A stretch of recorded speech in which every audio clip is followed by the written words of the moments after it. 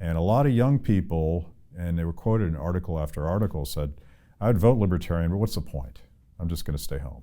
How, and this is a fundamental dilemma for third parties trying to break in. It's kind of a chicken and egg. Throwing your vote away. Yeah, you're throwing your vote away. How could you throw your vote away? So I argue that a vote thrown away is voting for the same people and the same parties who created this problem and made it worse. And now they're coming to you and saying, well, yeah, no, I created the problem, but this time, folks, I got a deal for you. If you vote for me one more time, I'm totally going to fix all of this. I haven't fixed it up until this point, and I'm not fixing it now, and I'm still actively making it worse. But, again, vote for me now, totally going to fix it. That's a vote thrown away, Matt. The only thing that your vote is worth is to try to change and to try to make an actual change to an ever worsening situation. And if we know that Democrats and Republicans have had exclusive control of the thing and just keep making it worse, then whatever the polling is, the only viable option for your vote is a radical departure from that non-changing, ever worsening system that both major parties are proposing.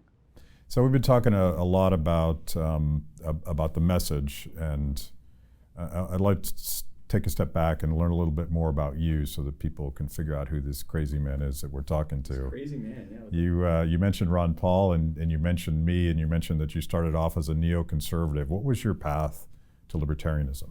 Well, and I kind of gave the long and short of that already. It was two things: watching what I was talking, watching you and Ron Paul and others explain why neocon was just wrong. And I went straight from neocon.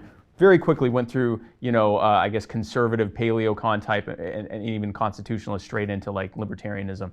But the other thing that was happening was I started a web design company right before my 17th birthday in 1999. And I grew it was growing into a fairly successful company. Each year, as it was that much more successful, I watched what government does to companies that are successful, not multi-billion-dollar companies that are able to leverage their power to use government as a bludgeon against anyone that would want to compete against them and to basically entrench their market share, but companies that are trying to work their way up through all those barriers and burdens that the politicians and cronies have created specifically to keep us down, specifically to keep us from disrupting and innovating and threatening their precious market share. They just make it harder.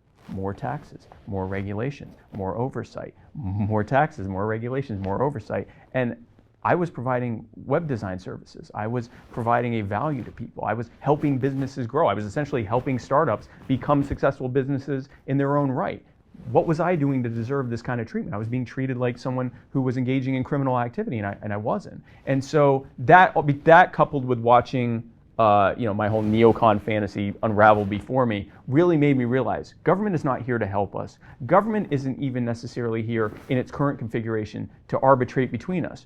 Government has been set up by the Republicrats and their cronies to rob us in every aspect: our power, our lives, our rights, our property, to feed themselves. That's why we see the growing income inequality. That's why we see the growing gap between those with the most and those with the least. That's why we see a relative handful of people that own almost all of the effective wealth in this country and even around the world, because that's the way the system is set up. We aren't in free market capitalism, and it's a cynical lie when they say that. And both sides say that. Both sides have a vested interest in saying that we're in free market capitalism. We're not in free market capitalism. We're in corporatism. And corporatism is the economic plank of fascism.